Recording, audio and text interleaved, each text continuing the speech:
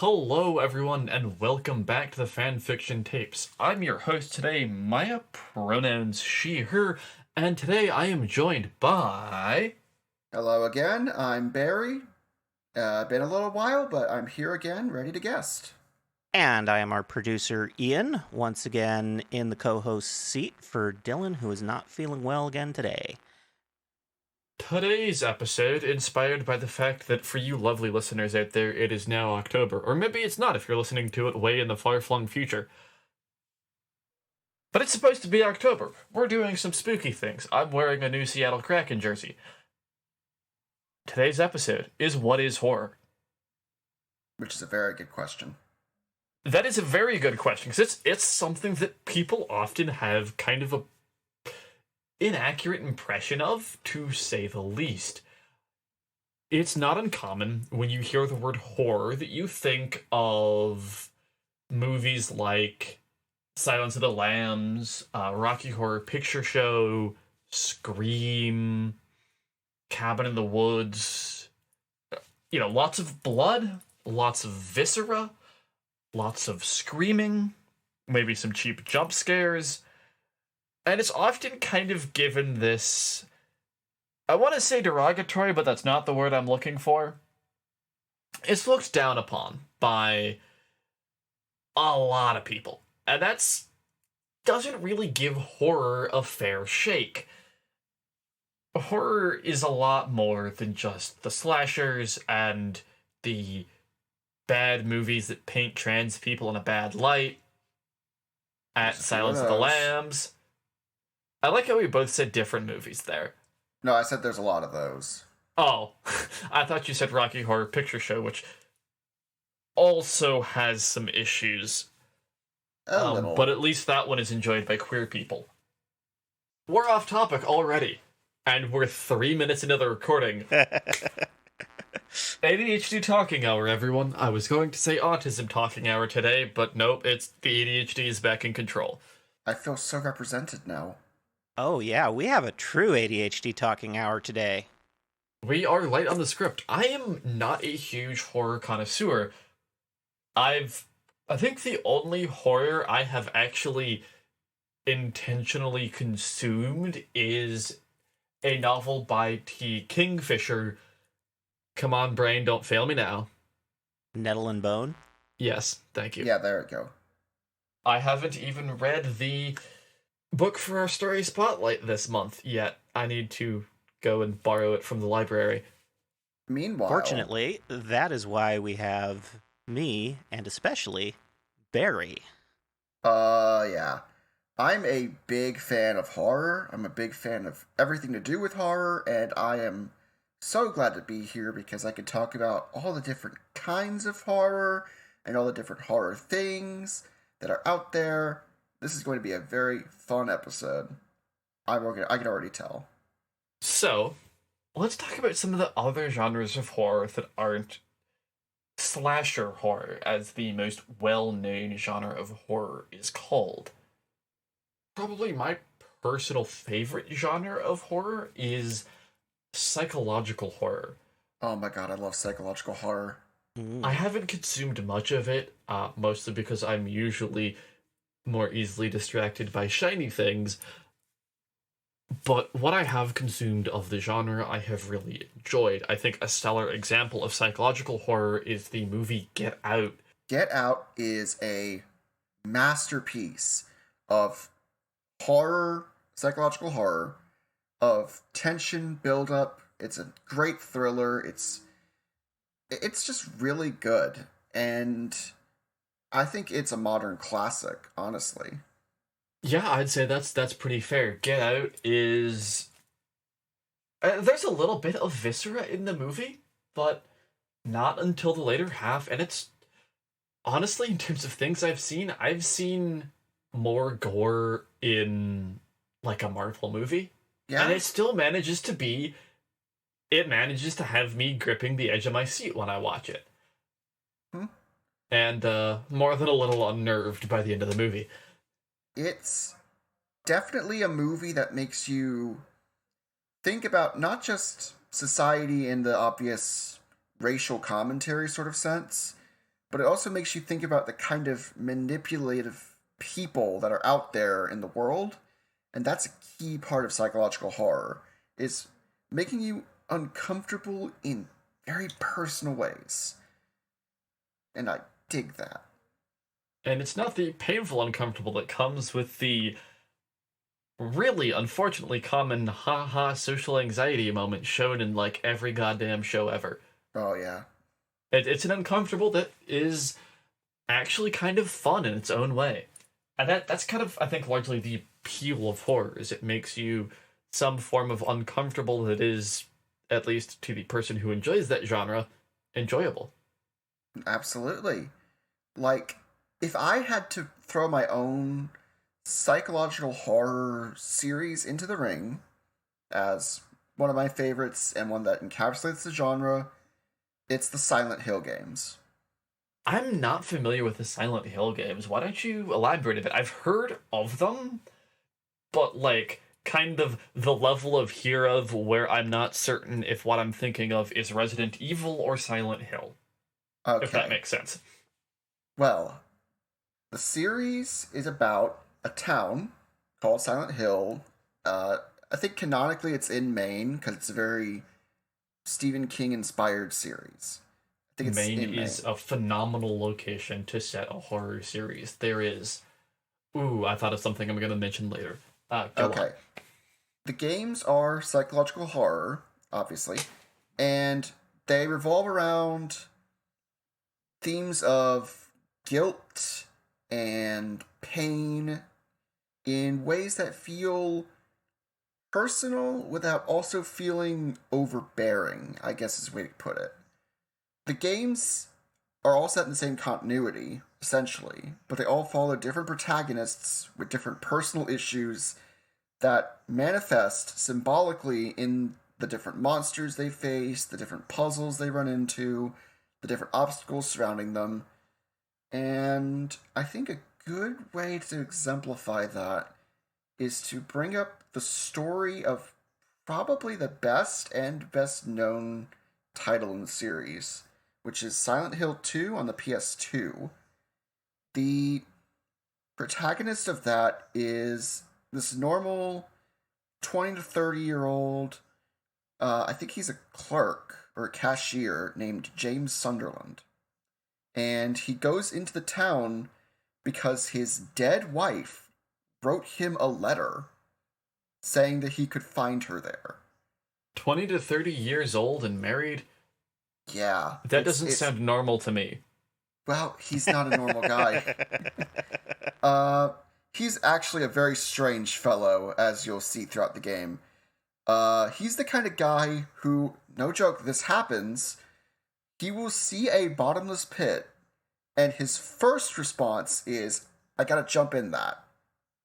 That seems like a reasonable first response to seeing a giant gaping pit. Yeah, like in terms of impulses, that is absolutely something I would do, but it seems kind of weird to consider the possibility of dying in a deep dark pit in a town that wants to kill you. And he does shit like that throughout the entire game. Yeah, I may be a little biased in favor of going in the dark as someone who has a history of spelunking. See, spelunking is my psychological horror. Oh, it's great fun. I love doing it. I should go caving again. It's fun. You do that, and I'm going to stay where I don't get killed. Anyway. I haven't died yet. Well, I can tell that. Bold assumption. Anyway, so James is, again, his wife's already dead. And then he gets the letter. So already, that's a big part of the hook, is what happened to his wife. Her name's Mary, by the way. Why is she here? Why is she alive? And then it keeps building on that. Because things just get weirder and weirder. And never in a way that's, like, visceral or jump scary, but more, once you realize who James is as a character, everything he's experiencing and has experienced and will experience makes a lot more sense. And that's psychological horror to me. Something scares that are personal and that trip you up in certain ways. And I don't know if I want to spoil Silent Hill 2, but it came out like 20 years ago, so That game might actually be older than me. good for you. I'd have to look it up. I think it's like... Let me look it up. Go ahead. It's close. There you go. It's 01. I think if a piece of media is old enough to be a legitimate topic question on Ask Historians, don't worry about spoilers. Okay. Well, spoilers for Silent Hill 2 anyway. It turns out that Mary did not die when you think she did. James says at the beginning of the game, while he enters into Silent Hill and leaves his damn car door open, first of all, because again, the guy's kind of weird. Early hint of that. He leaves his car door open and then goes into the town. And he's not like close to it at all. It's on an overlook. And then he goes down a damn cliff, then ends up in the town, then starts jumping down hole after hole. I'm getting sidetracked. Mary did not die 3 years ago. Mary died a few days ago, and she was ill, very ill, terminally ill. The disease is not what killed her. James is. And then bits and pieces of the story start coming back to you, and it makes you uncomfortable. Yeah, I can see how that would. Because throughout the game, he runs into situations and people that mirror illness, unhappy marriage, sexual tension, all these things that are uncomfortable on their own because of the themes they represent. But then the twist happens, and you realize not only are these all James's frustrations, it's the town's way of taking revenge on him. Oh, and the town's alive, by the way. It does this shit on purpose. Fascinating. To sum up this long diatribe, that is what psychological horror is. It's horror preying on your psychology. It's not ooga booga and it's not a bunch of blood. It's what are you unnerved by? And then it shows you that and it tells you to look at it. It points a finger at the horror. It tells you to stare at it. And maybe you'll see something new underneath it all. On a related note, so as you kind of got into it, I was reminded of one of the pieces of horror I have willingly consumed. I just forgot about because my brain is made of Swiss cheese. Things fall through the holes and Same. out the other side.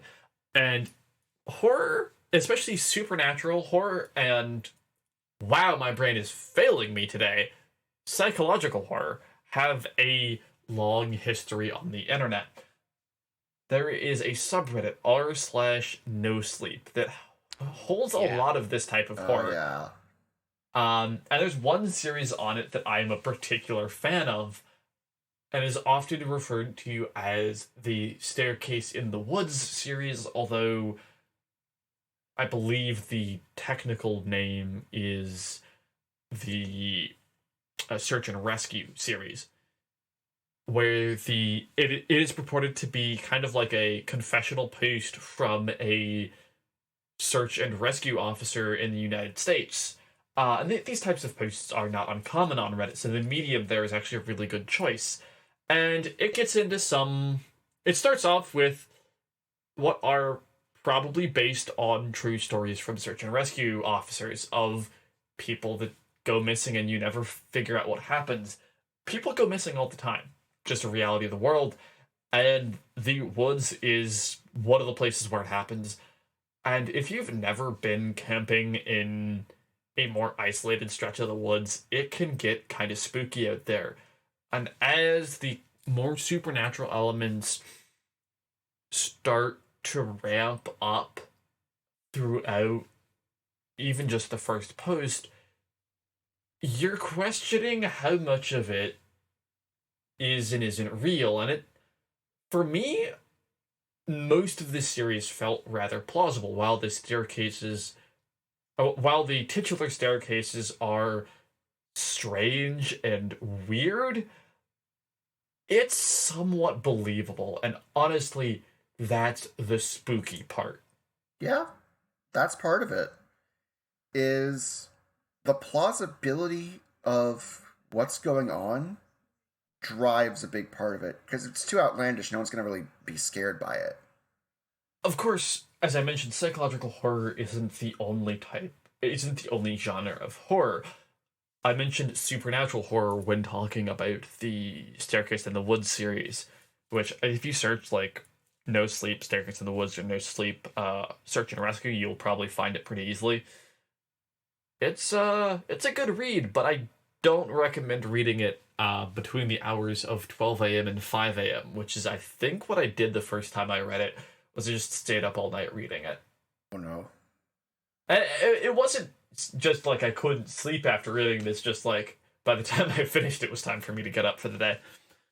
Well, I guess that's part of the point of no sleep. I think it's more meant to keep you up at night than distract you all night. Fair. Supernatural horror, I think, is how most of the popular author Stephen King's works would be Yeah. Yeah, that sounds about right. categorized. That's one of the problems with boxes, is things don't fit well in boxes. But That's true. Supernatural, I think, generally fits most of his works fairly well. From the fairly popular It and The Shining, both of which have had successful movie adaptations made of them, to works like Pet Sematary that are, I think, maybe a little bit less known and less in kind of the public eye. I feel like I hear about Pet Sematary a lot, but that's just because maybe that's just because I'm into horror, and so I just like notice it more often. That's possible. I remember hearing talk growing up about The Shining as this really well made, terrifying horror movie, and then I remember when the It movies came out. So to me, those were like, okay, that's what's most well known of his works to me. Right. And supernatural horror kind of deals with these supernatural elements in some of Stephen King's works. It is often particularly featuring the undead, and in Nettle and Bone, as well as, I believe, others of T. Kingfisher's work, it is the dead come back. Shining, ghosts haunt the hotel, I think. I don't know what the deal with it is. I think it's a bizarre-ass clown. Okay, well, I know it's a clown, but it's not a clown. It's not. It looks like a clown. That's the point. It looks like one. It's not one. And if it looks like a duck and quacks like a duck and walks like a duck, it's a duck. Have you seen the way that thing talks and walks? That's a duck. It's mutated.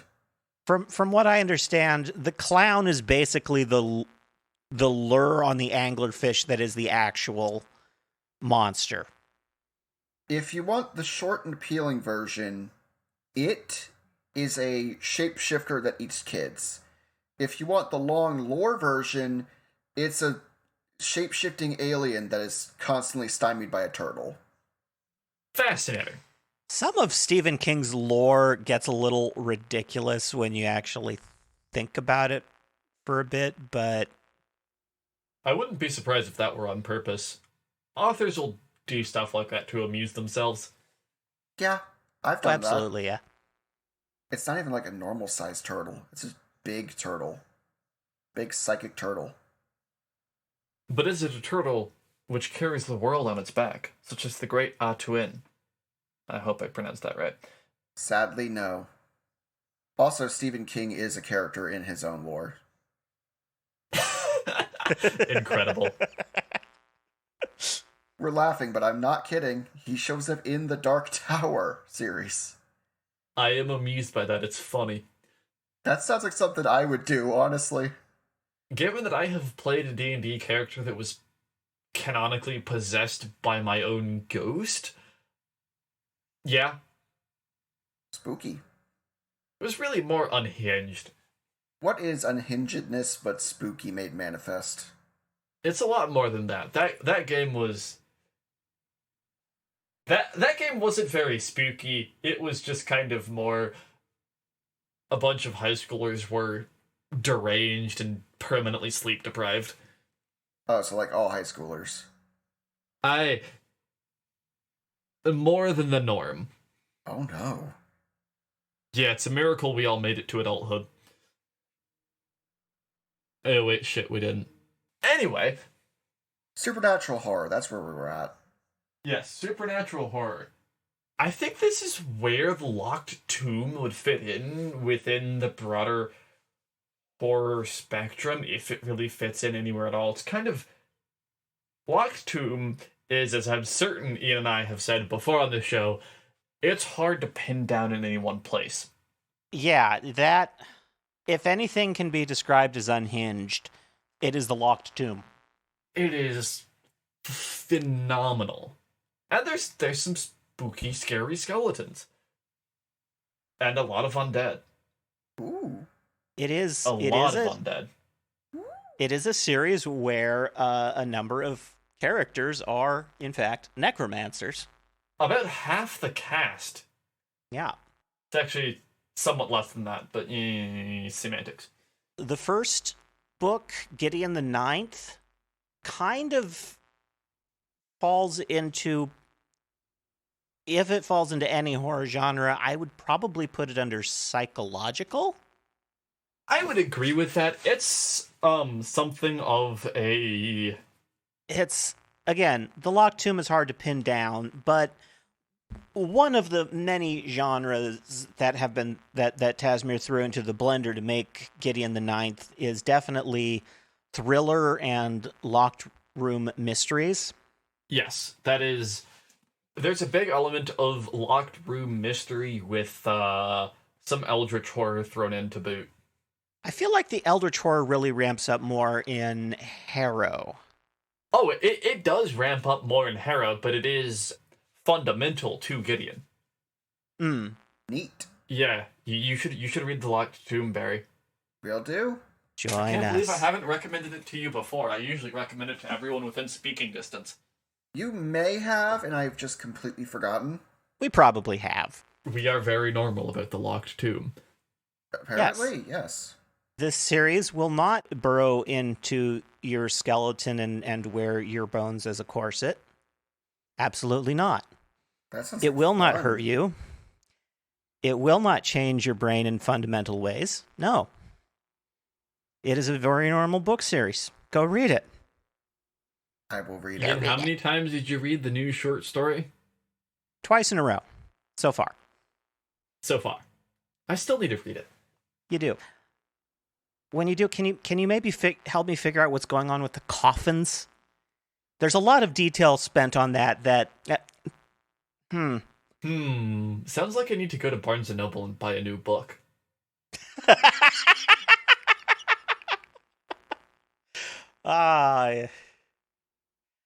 Yes, any excuse to add to the horde. My horde currently includes multiple copies of Gideon through Nona already. I have a problem.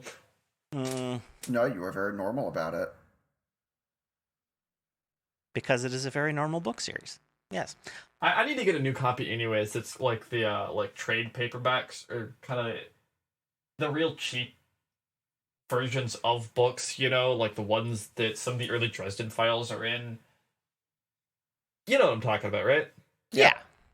Yeah, I don't know if that's the right word. I love that format of books. I don't know what it is. They smell nice. I like them. And also I The way would the spines feel break. less bad about annotating those because they're cheaper. Oh right, horror. I got distracted again. Yeah. Same. Yeah, right. Ghosts. Scary. That's supernatural horror.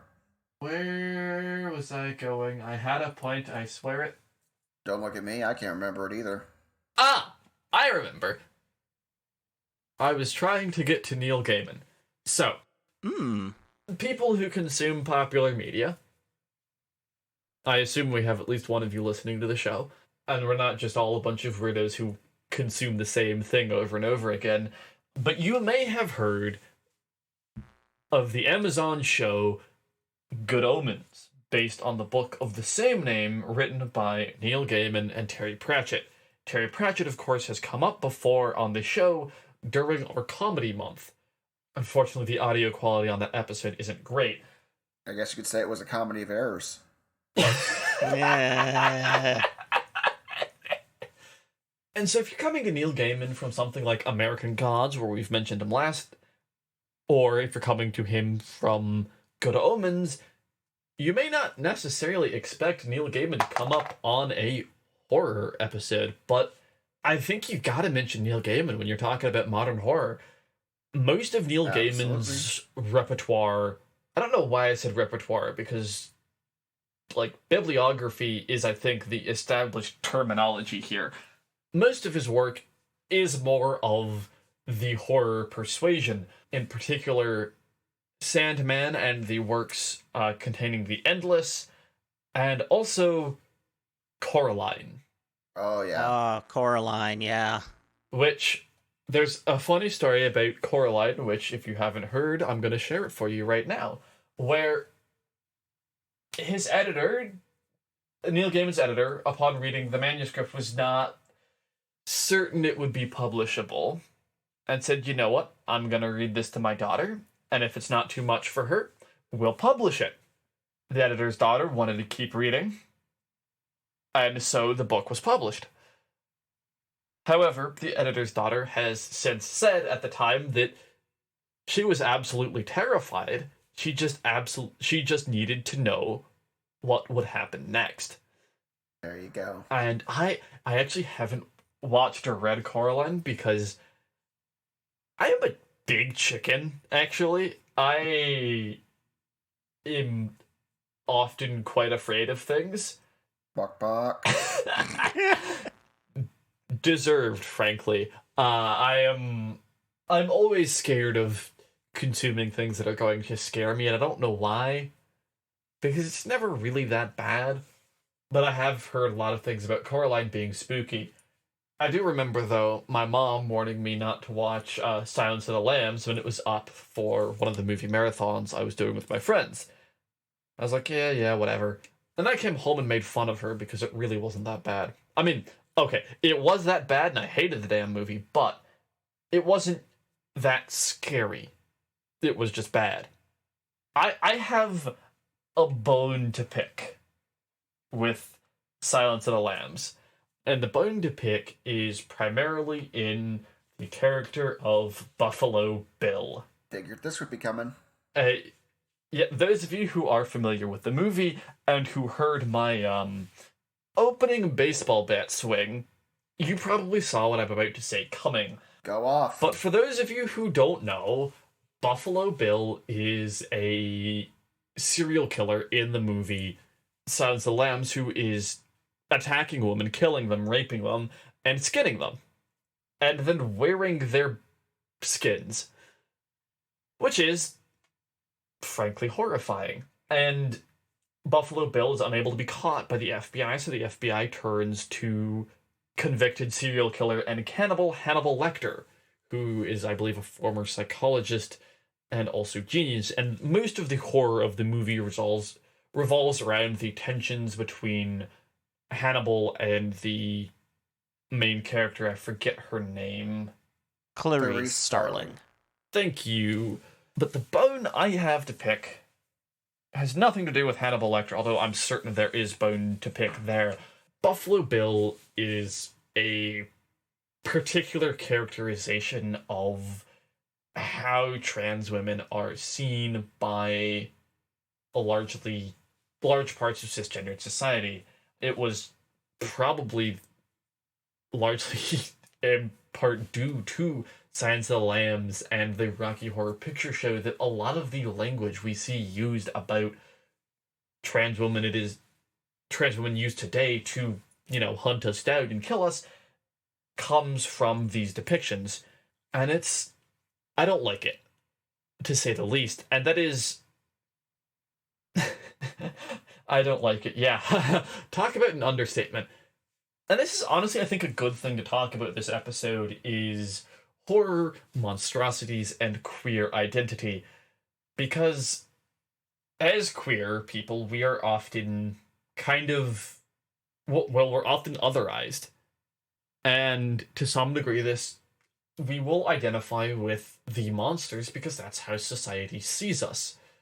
We are, we are called groomers, pedophiles, child abusers, and rapists just for existing. So it's not that surprising that we might identify with something with fangs and claws, something that is also seen as this dangerous predatory creature simply for the way it exists. And this has led to some great works and some works that have also explicitly painted us as the bad guy, as the monster, the other, the strange thing in the dark coming for your family. Rocky Horror Picture Show, something I also mentioned in early on in the episode, is a fairly queer movie from the 70s, I believe. Might be wrong on that, actually. That sounds about right. It is a strong part of queer history. Yeah, 1975. There you go. Damn, my parents weren't even born yet. Mine were both alive, and in the United States even. My parents are old. I say that because I know neither of them are listening to episodes right now, and I can get away with it for at least a couple months. Back to the point I was making. Well, it is a part of queer identity, and is definitely something that was enjoyed by queer people as one of the first post-Hays characterizations of queer characters. The way it dealt with the topic of a transgender character in the form of Dr. Frankenfurter hurts a little sometimes for especially the younger members of the transgender community, where we see this movie and all we can think of is the pictures the news paints of us today. So for our listeners who enjoy horror or who want to write horror themselves, please be delicate with your characterizations, because horror is shaped by the fears of the society. It's shaped by the anxieties of the world around us. See the rise in zombie movies around the times of increase in immigration anxiety, for one. And if you want to start a fight with scholars, which you should do because it's really funny, mention Edgar Allan Poe and the orangutan. Edgar Allan Poe is a pretty famous American poet who wrote primarily horror. The only work of his that I've read is The Telltale Heart, which is, I really liked it, honestly. But there is a poem of his that has been debated by Poe scholars for a long time. Because, depending on the way you interpret it, Poe could be someone who criticized the presence of racism in American society, or someone who was virulently racist. The reason for this debate is that the poem features the murder of two somewhat wealthy white women in, I think it was Boston was the setting. And the description of the wounds of the murder and the detective's guesses as to stuff about the murder are, they find coarse hairs, wounds are, I think, strangulation and, big bruising from brutish animalistic hands. And the murder is revealed to have been done by an orangutan that was smuggled from Africa to the United States and then either released or got out on its own. It could be, on its own, a criticism of how colonialism not only actually hurts the people that are within the colonial nation, but does other bad things as well to the people it steals. It's just generally all around bad, which in today's day and age should not be that controversial a take.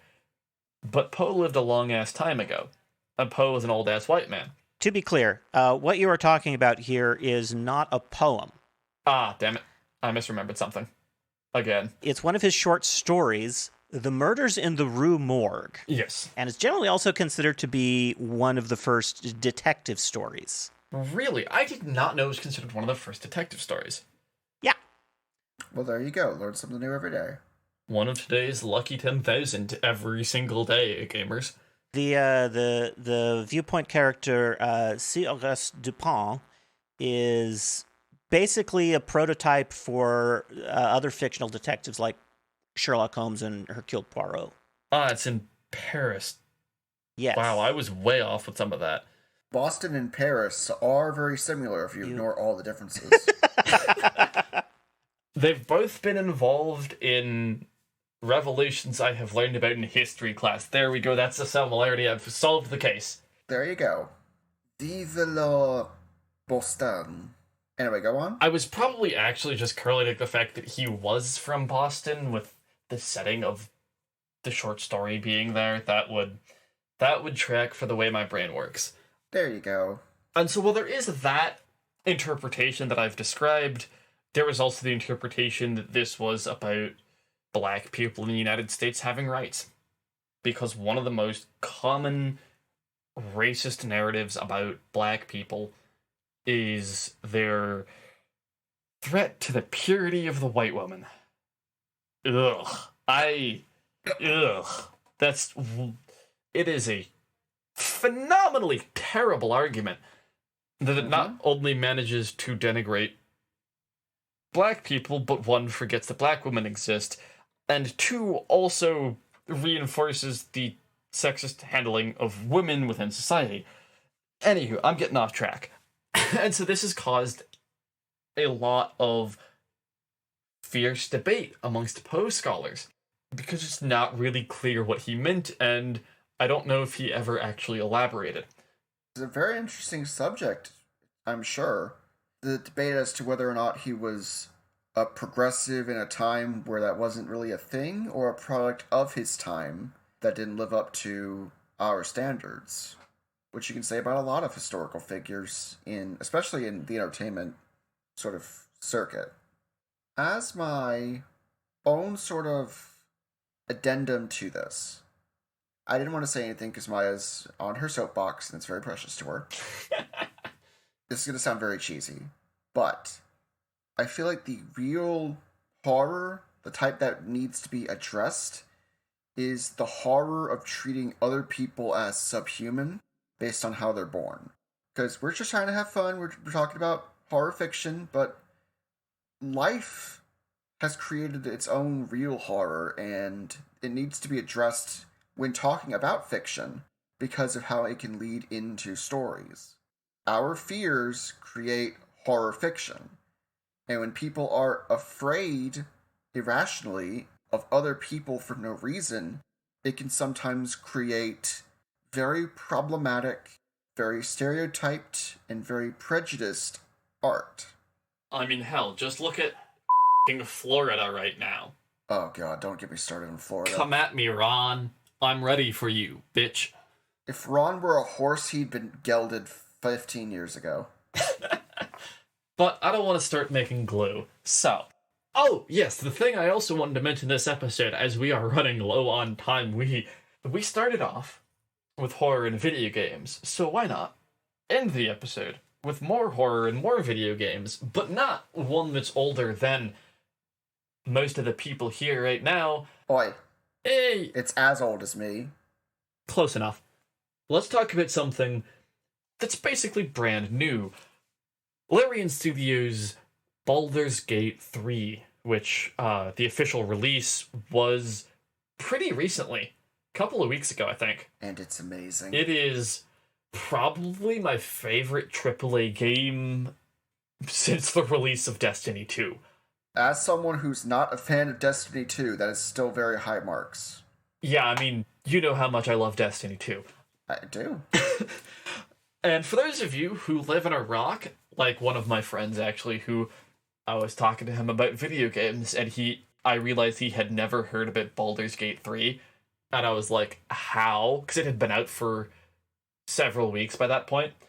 Fully out, not just in the public beta that had been going on for about the last 3 years, but the actual full release that happened recently that caused it to basically take over the internet until Starfield came out.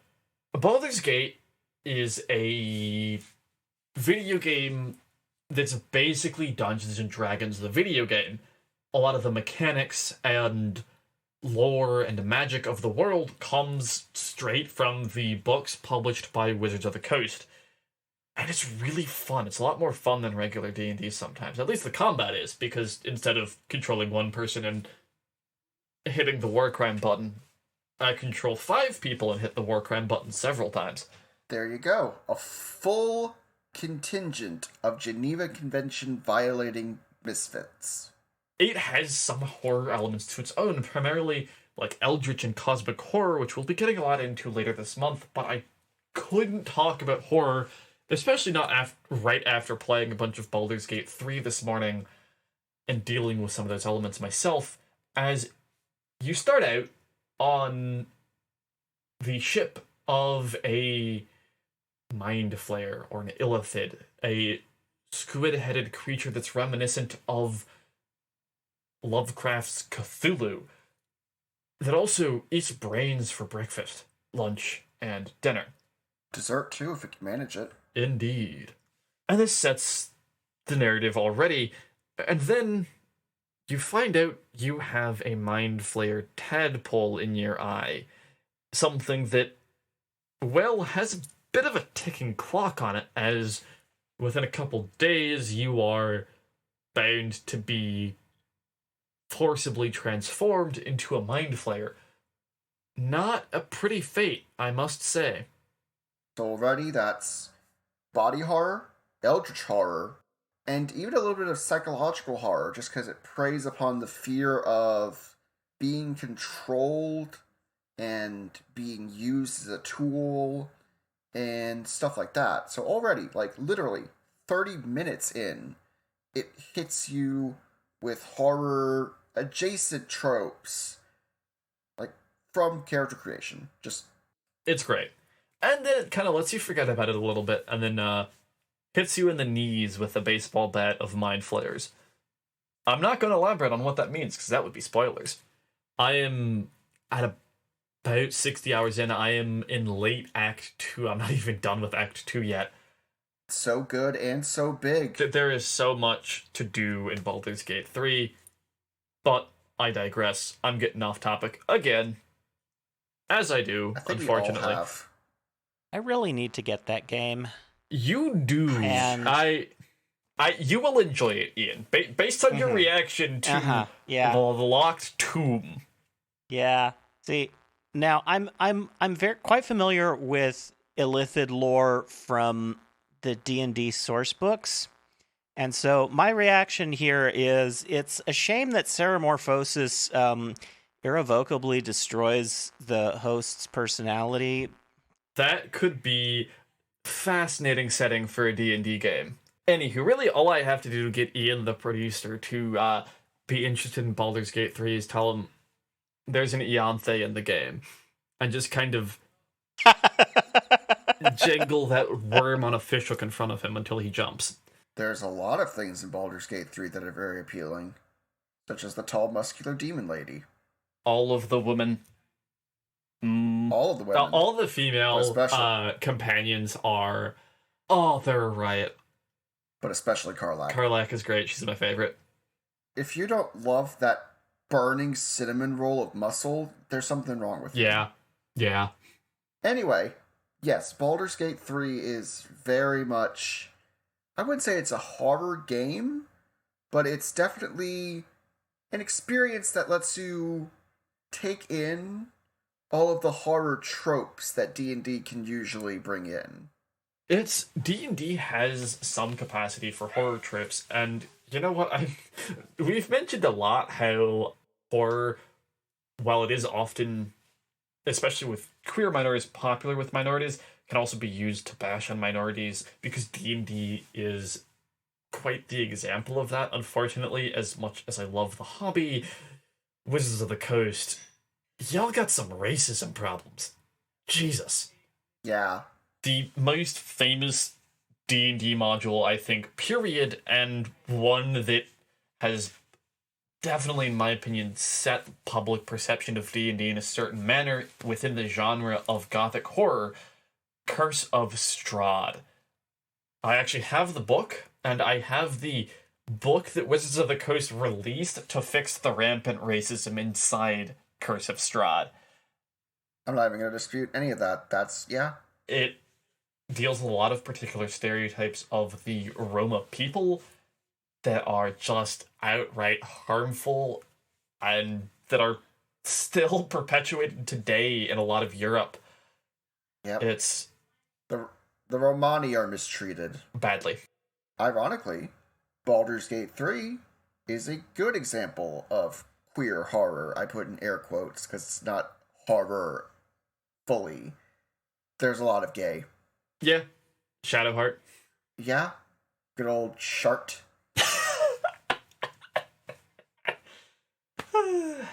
Alright, we are running up on our time and we have talked about all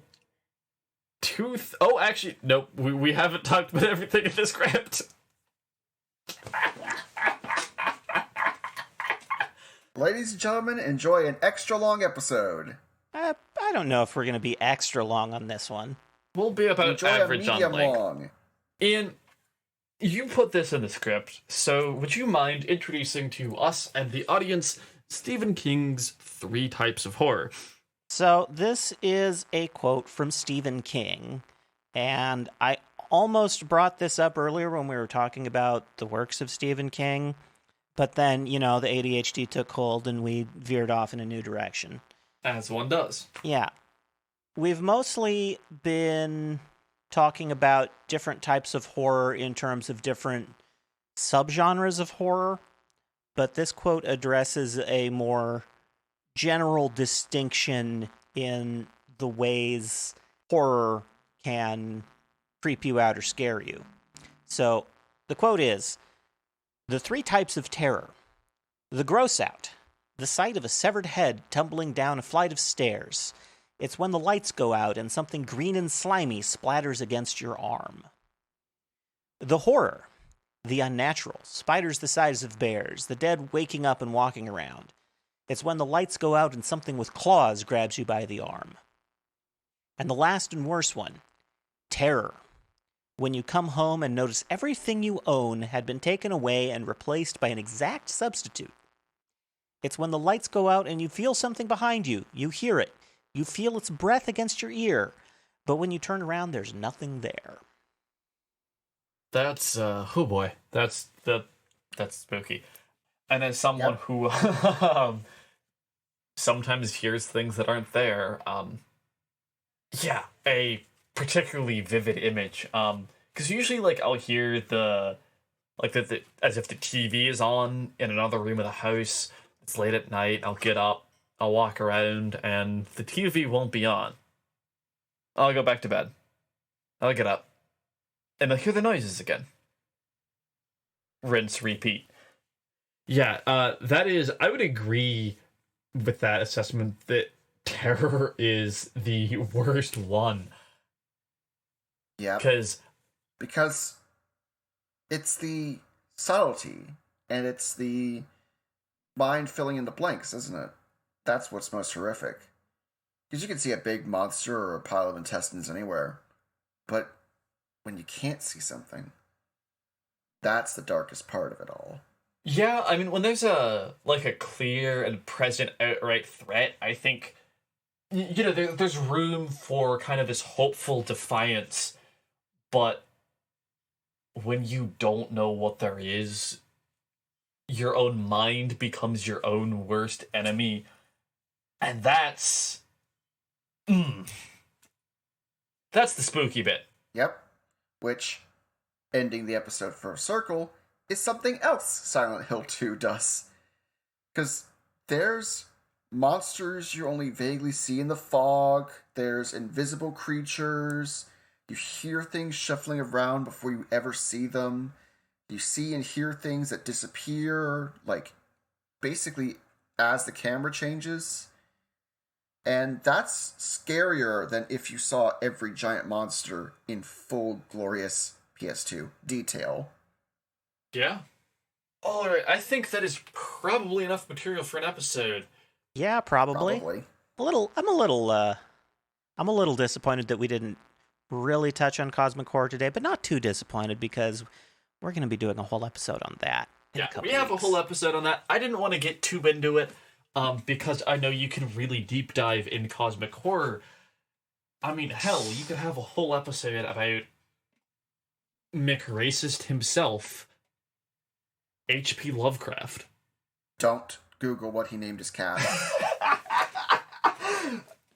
For the incessantly curious, his cat was named the N-word with a hard R. Yes. Yes. It is worth pointing out that when he died, he recanted those views, but for much of his publication history, he was a big racist. Yes, he did eventually realize that being racist was bad, actually, with a capital A, but he was pretty f***ing racist. Yeah, in his earlier life, he was racist even by the standards of his time. I recall that he once had a nervous breakdown after finding out that he had Welsh ancestry. That's like mega racist. And I think that is actually a large inspiration for his story, The Shadow over Innsmouth. What, the nervous breakdown or the Welsh ancestry? Finding out that you have monstrous ancestry, yes. Because that is basically the plot of that story. It's a real shame our Welshman isn't here right now. Yeah. Rip to a real one. I hope he's feeling well enough to join us for the Cosmic Horror one, because I do want to see the live Dylan reaction to that tidbit. Yeah, that'll be an interesting experience. Until next time, folks, I am and always have been Maya. I'm Barry. And I am Ian. Until next time, bye.